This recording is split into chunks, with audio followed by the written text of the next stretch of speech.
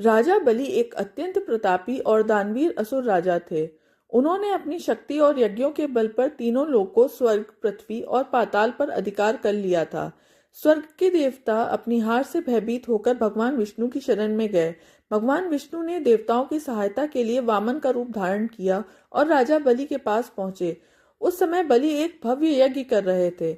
जब वामन देव बलि के द्वार पर आए तो बलि ने उनका स्वागत किया और कहा, हे ब्राह्मण देव, आप जो चाहें मांग ले, मैं आपको खाली हाथ नहीं जाने दूंगा। बलि के गुरु शुक्राचार्य समझ गए कि यह स्वयं भगवान विष्णु हैं।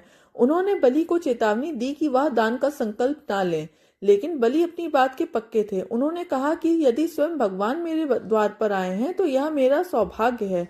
वामन देव ने मुस्कुराते हुए केवल 3 पग भूमि मांगी। राजा बलि हंसने लगे और बोले, आप इतने छोटे हैं, आपकी 3 पग भूमि में क्या होगा, कुछ बड़ा मांगिए। लेकिन वामन देव अपनी बात पर अड़े रहे।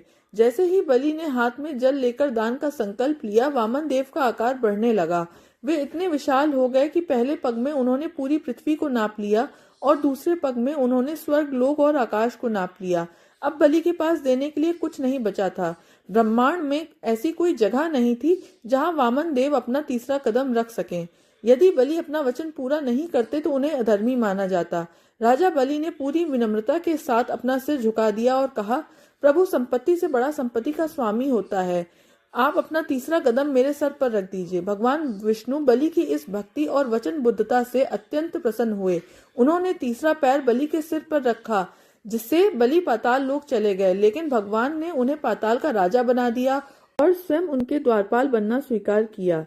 यह कहानी हमें यह सिखाती है, चाहे कोई कितना भी शक्तिशाली क्यों ना हो जाए, उसे अहंकार नहीं करना चाहिए। साथ ही यह वचन का पालन करना भी दर्शाती है।